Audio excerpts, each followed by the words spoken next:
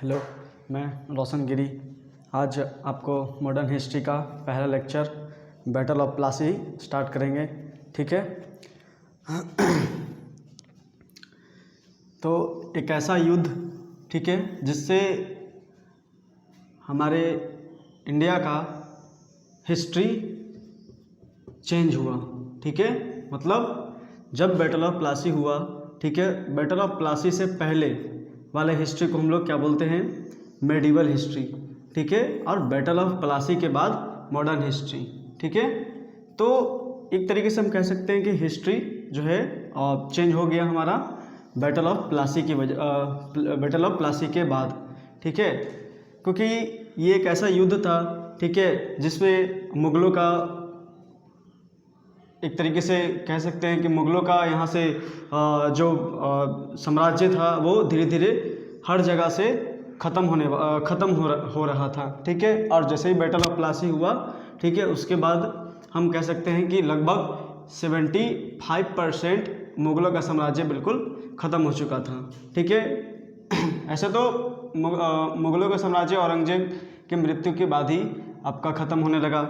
जैसे औरंगज़ेब का मृत्यु हुआ था 1607 में। ठीक है, औरंगज़ेब की मृत्यु और 1680 में महाराज शिवाजी की मृत्यु, ये दोनों की मृत्यु की वजह से क्या हुआ कि अंग्रेज़ का बढ़ावा सबसे ज़्यादा फिर आपका इंडिया में होने लगा। ठीक है, अगर मान लिया इन दोनों में से कोई भी एक रहता, मान लिया औरंगज़ेब ही रहता या फिर शिवाजी रहता, तो अंग्रेज़ इतना विस्तार जो है हमारे इंडिया में नहीं कर पाता। लेकिन हम तो जानते हैं कि इतिहास में ये होता या फिर ये हो जाता, इन सब चीज़ों का मतलब कोई नहीं रहता। ठीक है, क्योंकि जो हो चुका है वो हो चुका है। ठीक है, तो ये जैसे अब औरंगज़ेब था, ठीक है, औरंगज़ेब भी एक तरीके से हम तानाशाह शासक था। ठीक है, उसी का भाई एक दारा शिकोह था। दारा शिकोह सबसे बड़ा भाई था।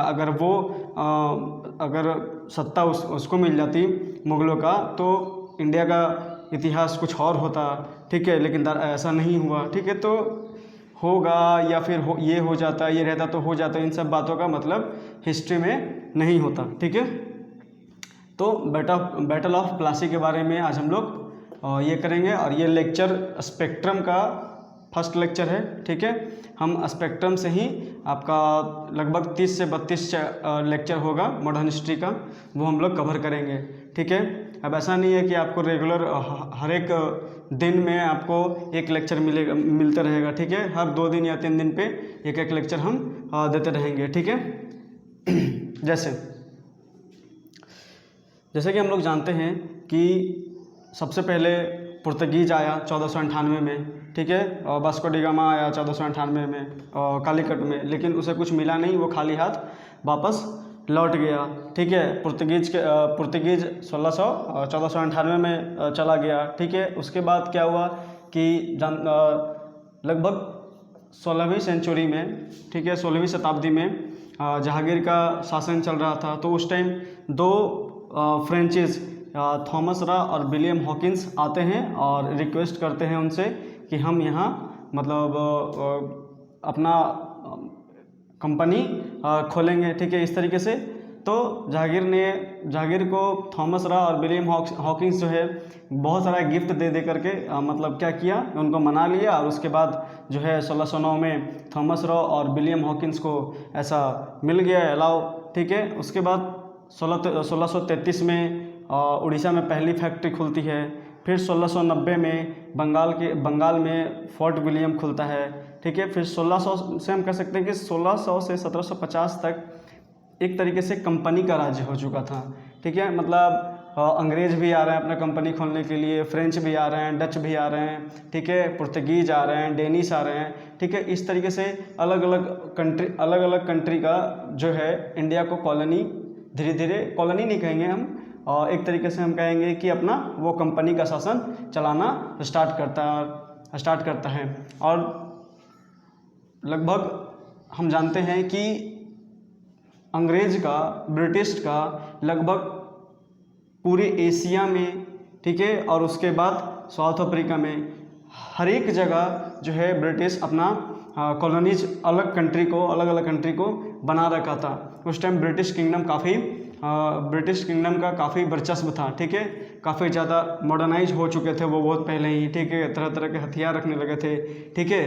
तो एक तरीके से हम कह सकते हैं कि उस टाइम ब्रिटिश को इतना साम्राज्य विस्तार करते हुए देख फ्रेंच को भी यानी फ्रांस को भी लगा कि हम भी अपना क्या करते हैं, अपना साम्राज्य विस्तार करते हैं और हम भी कॉलोनीज बनाते हैं, क्योंकि आप जानते ही हैं कि किसी भी कंट्री को चलाने के लिए रिसोर्सेज की ज़रूरत होती है और इसी रिसोर्सेज की खोज में, रिसोर्सेज की लालच में क्या होता है कि ब्रिटेन जो है अलग अलग कंट्री को कॉलोनीज बनाते चला जाता है और उसकी वजह से क्या होता है कि लगभग पूरे एशिया में उनका साम्राज्य बन चुका होता है। और उसी तरीके से बिल्कुल जिस तरीके से ब्रिटिश बन गए थे, ठीक है, उसी तरीके से फ्रांस भी चाह रहा था कि मैं भी अब ब्रिटिश के जैसा ही साम्राज्य विस्तार करूं। और एक तरीके से इन दोनों में क्या हो रहा था, मतलब होड़ लगा हुआ था कि इस कंट्री को हम कॉलोनाइज करेंगे, ठीक है। तो इस चक्कर में ब्रिटेन और फ्रांस के बीच में बहुत सारा वॉर होता है, ठीक है।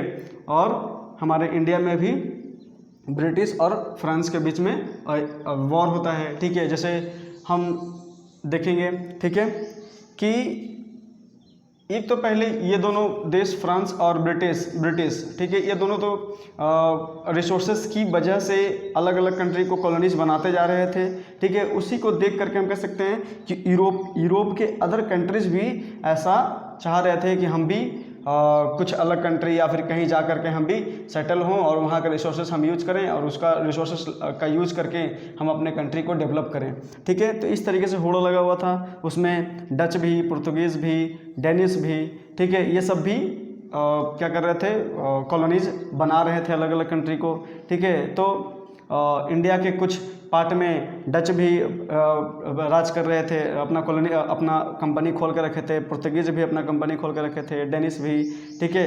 लेकिन क्या होता है कि डच और पुर्तगीज फ्रेंच और ब्रिटेन के मतलब फ्रांस और ब्रिटेन के सामने मतलब एक कह सकते हैं कि छोटा सा कंट्री था और इनका उतना पावर नहीं था, ठीक है। लेकिन फिर भी डच और पुर्तगीज जो है खुद में मतलब सलाह मशवरा कर लेते हैं कि हम एक दूसरे से लड़ेंगे नहीं, हम लोग अपना अपना मतलब कंपनी खोलेंगे और इसका रिसोर्सेज यूज़ करके हम अपने कंट्री में अपने कंट्री को डेवलप करेंगे। लेकिन फ्रेंच और अंग्रेज जो है ये दोनों आपस में ऐसा कोई भी डिसीजन नहीं रहता है और इन दोनों के बीच में हमेशा वॉर देखने को मिलते रहता है, ठीक है।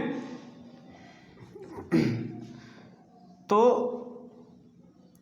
क्या होता है कि फ्रांस का सबसे जो है मेन कंपनी जो है 1670 में मद्रास में 1639 में मद्रास में खुलता है, ठीक है। और बंगाल में सिर्फ एक ही जगह पे फ्रांस का वर्चस्व रहता है, चंद्रनगर, और बाकी जगह क्या होता है कि हमारा ब्रिटिश जो है अपना धीरे धीरे यहाँ पर आधिपत्य जो है अपना जमाना स्टार्ट करता है, ठीक है। तो मेन फ्रांस का क्या हो गया, मद्रास और चंद्रनगर, ठीक है। और बाकी जगह भी था, बॉम्बे में हमारा पुर्तगीज़ था, गोवा में भी पुर्तगीज़ था, ठीक है। गोवा में पुर्तगीज़ तो 1510 में आया, ठीक है। लेकिन पुर्तगीज़ ऐसे मतलब ठीठ कह सकते हैं हम कि देश आज़ाद होने के बाद भी वो गोवा को खाली नहीं किया, ठीक है। 1661 में एक ऑपरेशन जो है 1661 में एक ऑपरेशन चला, उसके दौरान जाकर के फिर यहाँ से पुर्तगीज हटे और उसके बाद गोवा जो है हमारा फ्री हो पाया, ठीक है।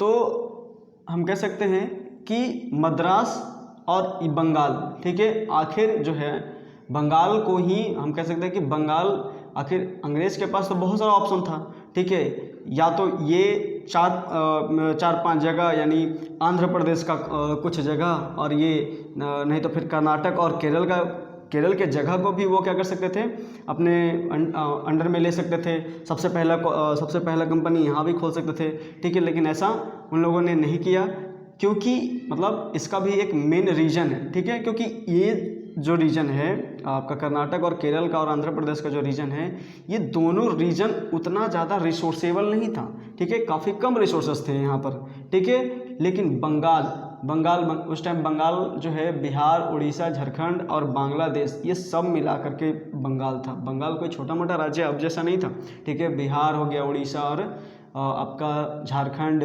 और बांग्लादेश, ये सब के सब जो है पूरा का पूरा बंगाल था। और यहाँ से गंगा नदी जो है उत्तराखंड से यूपी में, या यूपी से फिर जाकर के हमारा बे ऑफ बंगाल में गिरती है, ठीक है। तो इस वजह से यहाँ के मिट्टी में मिट्टी जो है एलिवल सॉइल होता है और काफ़ी ज़्यादा उपजाऊ होता है, ठीक है। तो उस टाइम जो है ब्रिटिश जो है यही वाला एरिया जो है ज़्यादा चूज करना पसंद करते हैं कि हम यहीं पर अपना आधिपत्य जमाएंगे, हमको इधर से मतलब है, ठीक है। लेकिन अभी स्टार्टिंग में हम क्या करेंगे, हम इसको अपने अंडर में लेंगे, ठीक है। तो इस तरीके का उनका चाल था।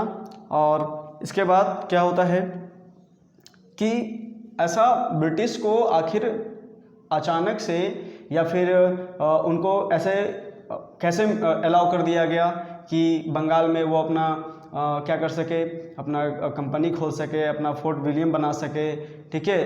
तो उसके पीछे भी एक रीज़न है, और रीज़न क्या है, ठीक है।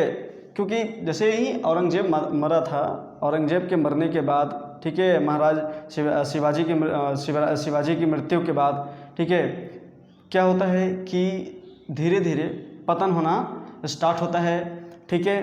और अंग्रेज़ों का वर्चस्व बढ़ना यहाँ पर हम कह सकते हैं कि बढ़ जाता है, और उनका वर्चस्व बढ़ने लगता है धीरे धीरे।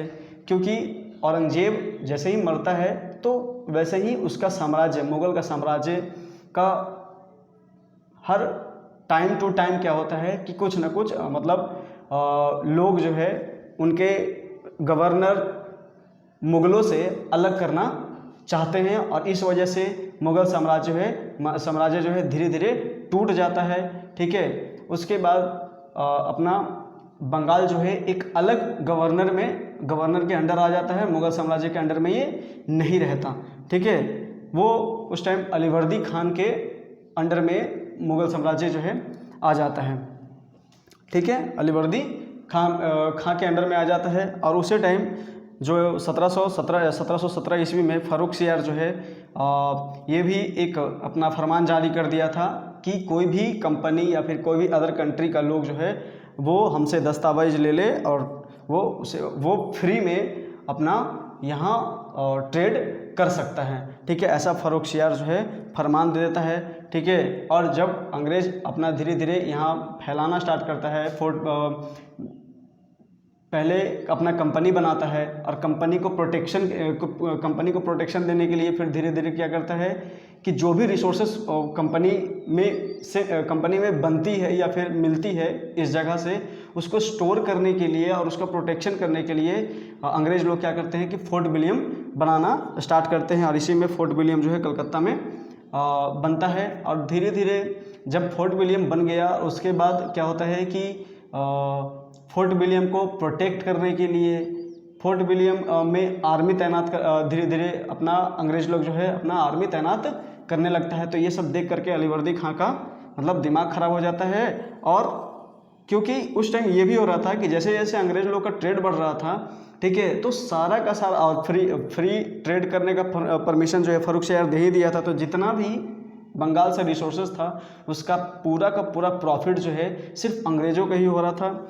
वहाँ के किंगडम यानी अलीवर्दी खां को वहाँ पे प्रॉफिट कुछ नहीं हो पा रहा था, जिसकी वजह से इनका अलीवर्दी खां का दिमाग ख़राब हुआ और जा कर के बोले इनको यहाँ से सब चीज़ हटाओ और मतलब यहाँ से खाली करो, ठीक है। लेकिन अचानक से क्या हो जाता है कि 1756 में अलीवर्दी खां मर जाते हैं। और अलीवर्दी खां के मरने के बाद इनको एक चांस मिल जाता है, ठीक है। और अलीवर्दी खान का बेटा सिराजुद्दौला जो है 1756 में अलीवर्दी खां का जो सीट है वो अपना लेता है, ठीक है, सत्ता जमाता है सिराजुद्दौला, ठीक है। तो सिराजुद्दौला जब किंग बनता है वहाँ का, तो उस टाइम वो 20 से 22 साल का होता है। तो इस सिराजुद्दौला को एडमिनिस्ट्रेटिव के बारे में हम कह सकते हैं कि काफ़ी कम जानकारी होता है कि कैसे हम वापस यहाँ से फोर्ट विलियम को हटा सकें, ठीक है। ये डायरेक्ट क्या करता है कि जा करके फोर्ट विलियम में अटैक कर देता है और फोर्ट विलियम को वहाँ से जीत लेता है। और जीतने के बाद क्या होता है कि अंग्रेज़ लोग जो है एक मतलब चाल चलता है और उसके बाद मतलब एक अपना दिमाग लगाता है, ठीक है। क्योंकि एक हम कह सकते हैं कि ब्रिटेन था कितना बड़ा, ब्रिटेन एक जितना बड़ा यूपी है उतना ही बड़ा ब्रिटेन था, लेकिन इसने राज क्या किया पूरे एशिया में, लगभग हर एक कंट्री में, यूरोप के अधिकतर कंट्री में, अफ्रीका के अदर कंट्री में जो है अकेले एक छोटा सा देश जो है राज करता है। तो इसका मतलब काफ़ी ज़्यादा इसके पास माइंड होगा, ठीक है, काफ़ी स्किलफुल होगा, काफ़ी पावरफुल होगा, ठीक है। तो इस वजह से ये सारे कंट्री पे जो है ये किंग बन करके जो है एडमिनिस्ट्रेटिव करता है, ठीक है। तो उसी तरीके का यहाँ पे क्या करता है ये अंग्रेज़ लोग जो है बोलता है कि जब सिराजुद्दौला यहाँ पे अटैक करता है, ठीक है, उस टाइम क्या होता है कि ब्लैक होल घटना का मतलब होता है या नहीं होता, ठीक है। इसके बारे में तो मतलब कह सकते हैं कि ये एक मतलब एक सोची समझी चाल थी, ठीक है, कि ब्लैक होल घटना में अंग्रेज लोग का लगभग 400-500 सैनिक जो हैं उस ब्लैक होल रूम में एक कमरे में बंद कर देता है सिराजुद्दौला, और उसके बाद 400-500 उस अंग्रेज़ आर्मी का क्या होता है कि मृत्यु हो जाता है, ठीक है। और मृत्यु होने के बाद क्या करता है कि अंग्रेज़ लोग जो है इस घटना को पूरे कंट्री में फैला देता है, जिससे क्या होता है कि सिराजुद्दौला का थोड़ा सा मोरल डाउन होता है। उसके बाद जो है सिराजुद्दौला भी समझ जाता है कि अंग्रेज़ लोग जो है इस तरीके से भागने वाला नहीं है। तो थोड़ा सा 1700 हम कह सकते हैं कि 1757 से जनवरी 1757 से जून 1757 के बीच में ट्रीटी ऑफ अलीनगर होता है, ठीक है, ट्रीटी ऑफ अलीनगर। इसी ट्रीटी ऑफ अली, ये भी हम कह सकते हैं कि ट्रीटी ऑफ अलीनगर भी अंग्रेज़ों का सोचा समझा चाल था, क्योंकि इस इतने टाइम में अंग्रेज़ लोग जो है अपने सेना को तैयार कर लेते, तोप मंगवा लेते, ठीक है। क्योंकि उस टाइम रॉबर्ट क्लाइव जो है मद्रास में एक वॉर कर रहा होता है, और उस वॉर को जीतने के बाद जो है अंग्रेज़ लोग चाहते हैं कि रॉबर्ट क्लाइव जो है यहाँ आ जाए, ठीक है। तो यही होता भी है, ठीक है, क्योंकि फोर्ट विलियम को जीतने के बाद क्या कर लेता है कि अंग्रेज़ लोग का दिमाग ख़राब हो जाता है, और दिमाग ख़राब होने के बाद क्या होता है कि रॉबर्ट क्लाइव को कलकत्ता बुला लिया जाता है, और उसके बाद फिर 1757 में बैटल ऑफ प्लासी होता है। और इस बैटल ऑफ प्लासी में ऐसा नहीं था कि सिराजुद्दौला के पास सेना नहीं था, सिराजुद्दौला के पास लगभग 50,000 सेना था, ठीक है। और इस 50,000 सेना के सामने सिर्फ और सिर्फ अंग्रेज़ लोगों का 3,000 सेना, ठीक है। तो अंग्रेज़ लोग जानते थे कि हम अगर डायरेक्ट लड़ेंगे सिराजुद्दौला से तो हमारी हार होनी तय है, हम कुछ भी नहीं कर सकते, ठीक है। तो अंग्रेज़ लोगों ने क्या किया कि जो सिराजुद्दौला के पास जो आर्मी था, ठीक है, उस आर्मी का जो कमांडर था मीर जाफ़र, ठीक है, उस मीर जाफ़र के इशारे पे ही सिराजुद्दौला का 90% आर्मी जो है वो काम करती थी, ठीक है। तो मीर जाफ़र को क्या करता है अंग्रेज़ लोग पकड़ लेता है, और पकड़ने के बाद मीर जाफ़र को बोलता है कि हम तुम्हें सिराजुद्दौला के मारने के बाद किंग बना देंगे। बस मीर जाफ़र क्या होता है कि वहाँ किंग बनने की लालसा में क्या करता है कि सिराजुद्दौला को धोखा देने की सोचता है, ठीक है।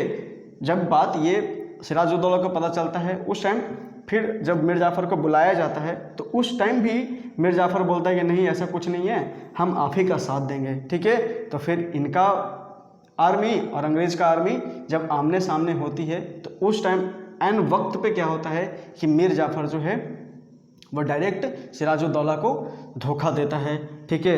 सिराजुद्दौला को जो एन टाइम पे हम कह सकते हैं कि मीर जाफ़र जो है वो धोखा देता है, ठीक है। और मीर जाफ़र के अलावा इसके पास 2 और कमांडर होते हैं, वो भी हम कह सकते हैं कि काफ़ी महत्वपूर्ण कमांडर होते हैं, ठीक है। मोहन लाई और मीर मदन। मोहन लाई मीर मदन जो है मतलब सिराजुद्दौला से प्रॉमिस कर मतलब वादा कर चुके थे कि हम जब तक मतलब रहेंगे तब तक हम इस वॉर में जो है हम आपको जीत दिलाने की कोशिश करेंगे।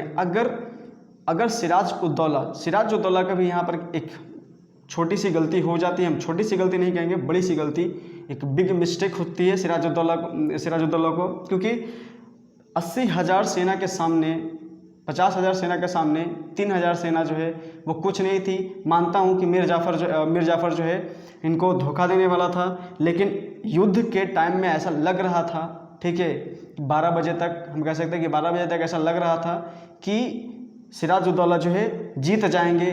लेकिन सिराजुद्दौला को मतलब क्या होता कि अगर वो शाम तक लड़ते तब, लेकिन सिराजुद्दौला क्या करते हैं कि ऊँट पे सवार हो जाते हैं 12 बजे दोपहर में, और उसके बाद वहाँ से वो उस बैटल ग्राउंड से वहाँ से भाग जाते हैं, जिससे सिराजुद्दौला के आर्मी का मोरल डाउन हो जाता है और जो है फिर सिराजुद्दौला जो है बैटल ऑफ प्लासी हार जाता है। यही बिग मिस्टेक होती है, अगर वो शाम तक अगर लड़ जाते तो शायद बैटल ऑफ प्लासी सिराजुद्दौला जीत जाते और इंडिया का, भारत का इतिहास कुछ और होता, ठीक है, लेकिन ऐसा नहीं होता है, ठीक है।